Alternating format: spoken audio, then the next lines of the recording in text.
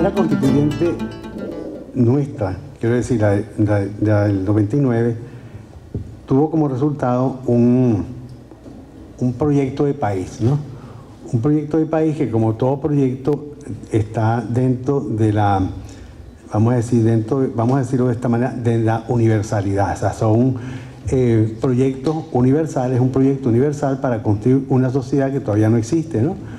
Como es un proyecto, entonces por lo tanto está en ese nivel de teoría porque es justamente el país que queríamos, porque ese fue el país por el que votamos cuando elegimos a Chávez como presidente, que nos prometió un nuevo sueño y no reparar calles o cosas de ese tipo, ¿no? Sino que nos prometió un nuevo sueño y por eso nosotros, la mayor parte del pueblo venezolano, votó por Chávez y lo eligió.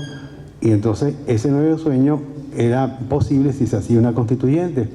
Y entonces se hizo la constituyente, se hizo la constitución, los constituyentes hicieron la constitución, la redactaron, la pensaron, la planificaron, hicieron todo lo que había que hacer. Y en el año 99, en diciembre, el 15 de diciembre, elegimos justamente que esa era la constitución que nosotros queríamos para que nos rigiera durante estos próximos décadas o siglos, ¿no? Como algunas veces. Entonces, bueno, hicimos eso y entonces tuvimos justamente un proyecto de país teórico, o sea, en ese nivel de universalidad, en el sentido de que no estaba plasmado nada de lo que estaba allí propuesto como proyecto, y en estos 17 años se ha ido plasmando partes de esa constitución. Al principio era, digamos, tenía, creo yo, voy a hacerlo rapidito, creo que tengo así como no mucho tiempo, ¿no? Pero al principio esa constitución, yo al menos dentro de las discusiones ahí en el MBR que tuvimos algunas veces allá en el Rosal, donde estábamos,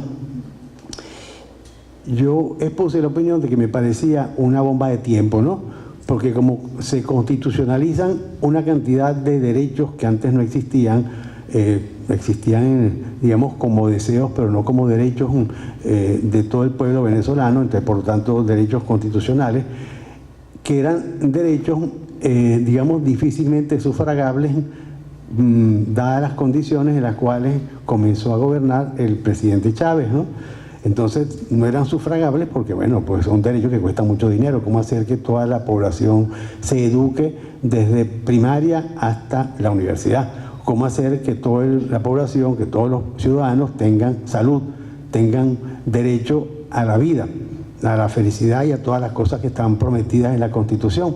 Entonces, en ese sentido es una especie de proyecto de país en un país imposible de realizar ese proyecto por las condiciones económicas, sobre todo económicas, y al mismo tiempo de propiedad privada de los medios de producción, de la distribución de los alimentos, de la distribución de las medicinas, de la distribución de la conciencia, en el sentido de que el sistema educativo es una formadora de conciencia, pero también es una distribuidora de valores, ideas, pensamientos, ideologías y prejuicios y todo lo que se quiera.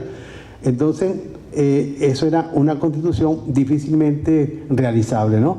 Tomamos PDVSA después en el 2003 y ahí empezó realmente una segunda parte de este proceso, de esta constitución, de su realización y de su vida. Pero hay que recordar algo que me parece que normalmente no se toma en consideración. Esto es una idea que no es mía, esto es una idea de un hermano mío, pero es la siguiente. Nosotros tenemos dos orígenes, este proceso y esta legitimidad nuestra, ¿no? Nosotros tuvimos una legitimidad, digamos, por elecciones desde el año 98, la Constitución en el 99, una legitimidad precisamente porque fue legítimamente aprobada por el pueblo venezolano, pero nosotros entre el 11 de abril del 2002 y el 14 de abril no teníamos Estado, no teníamos autoridades, porque todo fue disuelto. Nosotros pasamos 2 días sin Estado, 2 días sin ejército, porque era un ejército disuelto por los que usurparon el gobierno que el pueblo le dio a Chávez, ¿no? Y como todos sabemos, eso terminó con una insurrección popular. Esa insurrección popular restituyó la Constitución, restituyó las autoridades, restituyó el Congreso o la Asamblea, restituyó el Tribunal Supremo, al fiscal, a los ministros y a todas las autoridades legítimamente constituidas. Entonces, esa segunda legitimidad que tiene nuestro proceso fue una legitimidad por insurrección popular, que después se reafirmó con el referendo del 15 de agosto del 2004, 2 años después de que esa legitimidad nueva que cristalizó pues el 14 de abril con el regreso de Chávez al gobierno y entonces la restitución de los poderes y todas estas cosas y de las autoridades. Eso es otra legitimidad que después fue justamente ratificada el 15 de agosto. Esto lo digo por lo siguiente: esta Constitución pasó de ser una idea universal, generalísima de Estado, a un Estado que se fue consustanciando, es decir, la sustancia de la Constitución empezó a ser la sustancia del mundo real. Es decir, la Constitución comenzó y el gobierno por supuesto, y todo el pueblo venezolano y todas las instituciones que se crearon en este proceso de 18 años, de 17 años, se han vuelto algo así como la sustancia de la Constitución, es decir, la carne de la Constitución. Era un esqueleto y se llenó de carne, ¿no? Pero no completamente lleno porque nos falta mucho todavía. Pero sin embargo, de todo aquello que se llenó la Constitución por su ejercicio popular, porque el pueblo venezolano la hizo suya y entonces por lo tanto realizó una cantidad de estructuras, las construyó, las inventó, las desarrolló, porque como somos un pueblo libre que podemos hacer eso y la Constitución nos lo permite y al mismo tiempo lo promueve, entonces el pueblo lo hizo. Entonces el pueblo ha transformado esa Constitución de un documento esquelético, vamos a decir así, porque es un sistema formal, lo ha vuelto una realidad. Entonces yo creo que una constituyente era no solamente una exigencia coyuntural, sino que era una exigencia verdaderamente histórica, que había que hacerlo en algún momento, ¿no? O sea, habría que hacerlo porque no puede ser que una buena parte de todo aquello que constituye la vida nacional no sea al mismo tiempo parte del sistema constitucional. Se hace la vida un poco al margen de la Constitución en el sentido de que no están constitucionalizadas, por ejemplo, las misiones y toda una serie de estructuras que el pueblo venezolano inventó para él mismo autogobernarse. De tal manera que yo pienso que esta es una posibilidad, una probabilidad, una oportunidad de una enorme significación si uno realmente la toma en serio, ¿no? Y tomarla en serio es lo que creo yo que sucedió desde el 1 de mayo cuando Maduro le propuso al pueblo venezolano que fuera él quien realmente decidiera sus propios destinos, ¿no?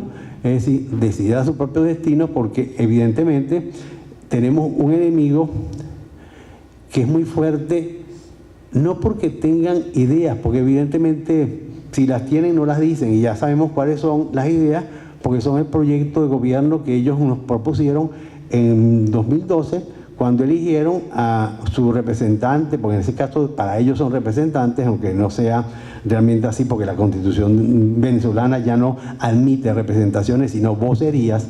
Entonces pusieron a Capriles, pero al mismo tiempo pusieron un programa de gobierno que todavía es el que ellos no han derogado, sino que sigue siendo el mismo, y sigue siendo el mismo porque no pueden tener otro, ¿no? Que es aquel programa que tiene como 300 y tantos artículos, que es muy importante, me parece a mí, porque ahí está justamente, exactamente lo que ellos harían si llegaran. Es decir, si llegaran, privatizarían PDVSA, privatizarían CanTV, privatizarían todo lo que habría que privatizar, porque para la teoría neoclásica de la economía y sus políticas neoliberales, todo aquello que pueda producir algún tipo de acumulación de capital debe ser dado a la iniciativa privada, es decir, al capital privado y a los privados, pues a los empresarios. Lo cual significaría regalar el país precisamente a esta gente, algo que ya había sido hecho, solamente que este proceso lo interrumpió y tenemos justamente por eso una guerra que es de carácter violento por parte de la derecha, porque aquí hubo una guerra militar desde el mismo momento, o mejor dicho, antes de que Chávez ganara las elecciones, porque antes de que ganara las elecciones ya había la conspiración para acabar con este proceso. Y el primer golpe, o el primer intento de golpe, lo dio aquel Rubén Rojas Pérez, si lo recordarán ustedes, en el mismo 6 de diciembre, 6 y 7 de diciembre ya estaba ya montado el golpe, y yo creo que eso, hay más de una descripción de cómo fue que se detuvo eso, pero bueno, pasó esto, ¿no? Ahora bien, lo que yo quiero decir es lo siguiente, es decir, lo que estoy diciendo. La Constitución se ha plasmado, pero no completamente. Ahora, nosotros necesitamos, creo yo, realmente, y me parece que son cosas que son cruciales, ¿no? Estábamos hablando sobre eso en este momento, ¿no? Que es lo siguiente.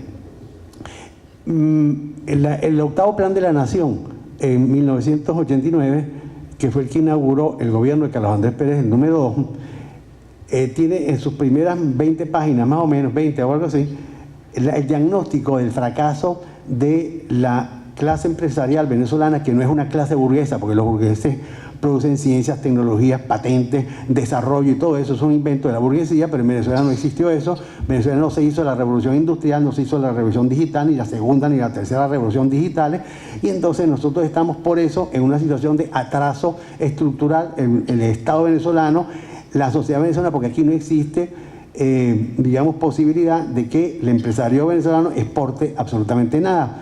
Yo cito solamente rápidamente, porque no quiero extenderme, porque creo que estoy un poco ya usando el tiempo. Hay un atlas que publicó la Universidad de Harvard, que uno de sus directores es un tipo que es un enemigo nuestro, que se llama Ricardo Hausmann, y tiene un siguiente que se llama Rafael Hidalgo, que se llama Atlas de Complejidad Industrial, que consiste en el atlas mundial, digamos, de complejidad industrial de todos los países, ¿no? Entonces, para decirlo rápidamente, Venezuela aparece como uno de los países que no puede exportar nada, ¿no? ¿Por qué no puede exportar nada? Porque los empresarios venezolanos no saben hacer nada. O sea, un empresario venezolano no es capaz de diseñar una fábrica para hacer tornillos, por ejemplo, que es lo más fácil porque todo está lleno de tornillos, pero eso, y no existe el mundo en la actualidad si no existieran los tornillos, ¿no? Pero eso no lo saben hacer los industriales venezolanos, porque uno les pide a un industrial venezolano que haga tornillos, entonces ¿qué es lo que hace? Como son tipos ricos, le piden a su papá, o ya los tiene, para ellos comprar una fábrica en Alemania o en Estados Unidos o en algún otro lugar, entonces se la regalan, entonces al final tienen la llave para entrar en la fábrica, sentarse en el escritorio para ser el dueño de la fábrica, mientras tanto todo el mundo, los que saben realmente son los que trabajan y hacen las cosas. Eso tiene un significado. Como hubo ese fracaso de la clase empresarial venezolana para hacer el desarrollo venezolano por sustitución de importaciones, que al final había que empezar por las cosas más sencillas hasta las cosas más complicadas. Ningún país latinoamericano ni el tercer mundo ha hecho eso, sí, realmente industrializarse por sustitución de importaciones. Entonces Venezuela fracasó también en eso, ¿no? Y ese octavo plan de la Nación es el diagnóstico de ese fracaso. Pero en ese fracaso seguimos existiendo, porque los industriales venezolanos siguen sin saber hacer las cosas, ¿no? Porque no tienen ni ciencia, ni tecnología, ni patentes, ni ninguna de esas cosas que son las que sirven para que un país exporte en primera persona, ¿no? No exporte como delegación de otros exportadores, ¿no? Porque muchas veces los exportadores venezolanos exportan lo que los productores de otros países les venden para que ellos lo armen aquí y lo exporten. Eso no es ningún desarrollo verdadero, no, eso es mentira. Lo que quiero decir es que, dado eso, lo único que nosotros tenemos para nosotros en Venezuela en la actualidad es, y en eso la constituyente actual es una oportunidad de oro, que es lo siguiente: discutir realmente si existe efectivamente una empresa privada en Venezuela, porque como toda vive del Estado, entonces los capitales no son propios, son del Estado, ¿no? Y entonces, como son del Estado, sus beneficios deberían ser realmente para el Estado, y ellos deberían ser simplemente los empleados del Estado para gestionar una fábrica que son del Estado venezolano, ¿no? O sea, no es realmente, no hay imposibilidad realmente de que alguien nos pueda convencer de que esa es una clase empresarial que puede hacer algo, ¿no? Pero eso, yo no he dicho esto para decir eso, porque eso parece una antipatía contra gente que a lo mejor son muy simpáticos y cosas así, ¿no? Como algunas veces son, ¿no? Son unos gente suavecitos, cultos, educados y además tienen buen humor. Pero no es eso, ¿no? Lo que quiero decir es que dado eso, ¿qué nos queda? La única cosa que nos queda son los trabajadores, que son los que saben hacer las cosas. Es decir, en toda la existencia de la civilización humana, quien trabaja es el que sabe. Y quien no trabaja no sabe, pues. Y el saber significa saber. Saber es saber cuáles son los problemas y cuáles son, o inventar las soluciones. Que eso ha sido justamente el desarrollo de la vida. O sea, la civilización humana ha sido eso, entenderse a sí mismo y entender la naturaleza para entender cómo extraer y transformar cosas que están allí para justamente el beneficio inmediato y futuro de las poblaciones, de la gente, de quienes conforman pues unidades sociales y tal, que tienen eso como necesidad. Reproducirse, reproducir la vida, reproducirse más allá, reconstruir la sociedad permanentemente.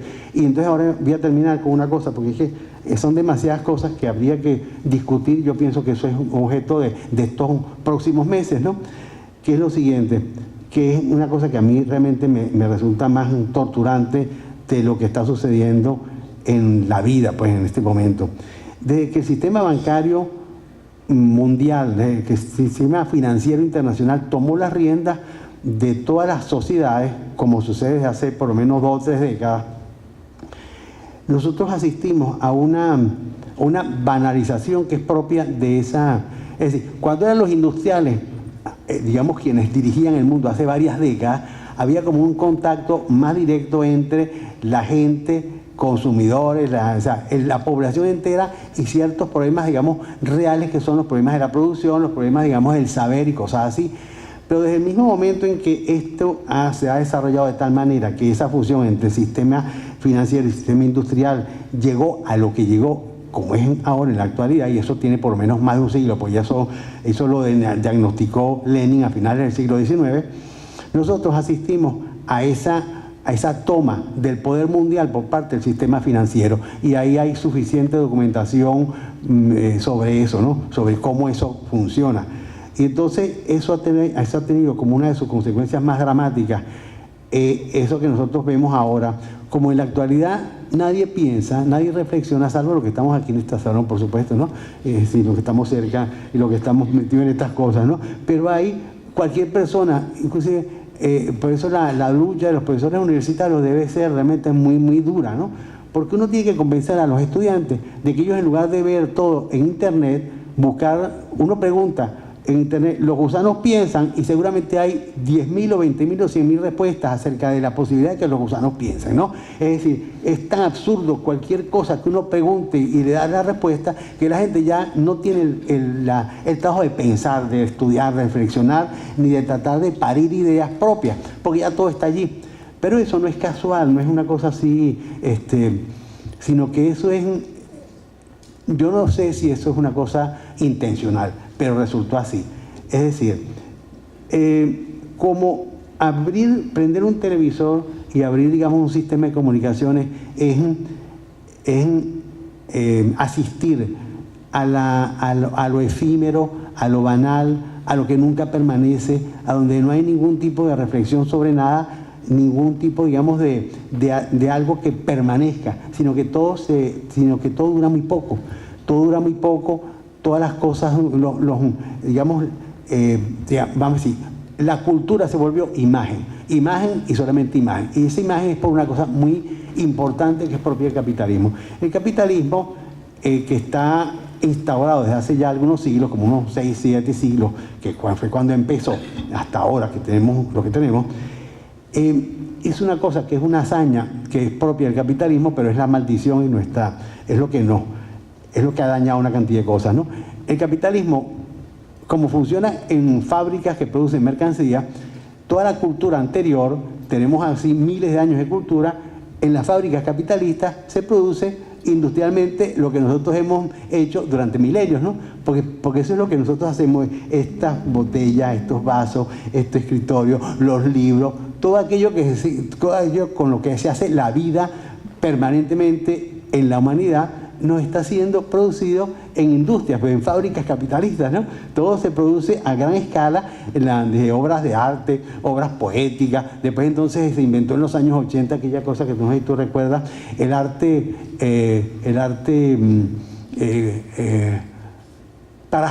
corporativo.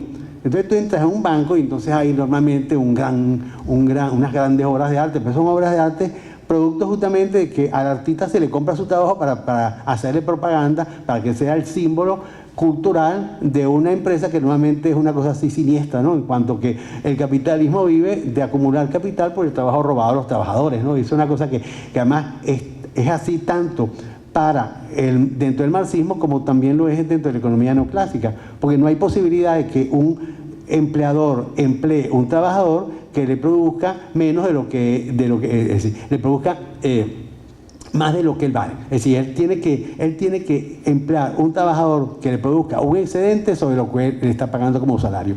Si no existe eso, en alguna parte del mundo, ahí no hay capitalismo. Cuando hay capitalismo es porque eso existe, porque eso es lo que asegura la posibilidad teórica y práctica de la acumulación. Entonces nosotros vivimos realmente en un mundo que cada día se volvió más siniestro porque ya la gente no piensa, pero ya la gente no piensa sistemáticamente, no es que algunos no piensan, sino que ya todo el sistema está hecho para dar todo preparado en los medios de comunicación y con eso entonces digamos, llegamos al último nivel, que es la última colina que tomó el capitalismo, que es la mente de la gente. Cuando se toma la mente de la gente, entonces ya hay que hacer un trabajo extra y más fuerte para convencer a la gente que necesita pensar y proponerse y plantearse planes verdaderos de su vida para que sea su vida y no la vida que se le está induciendo mediante los medios de comunicación para desear lo que aquellos que son los dueños de todo planifican para que uno desee, para que después ellos se lo vendan como un objeto que te lo venden en todas partes, ¿no?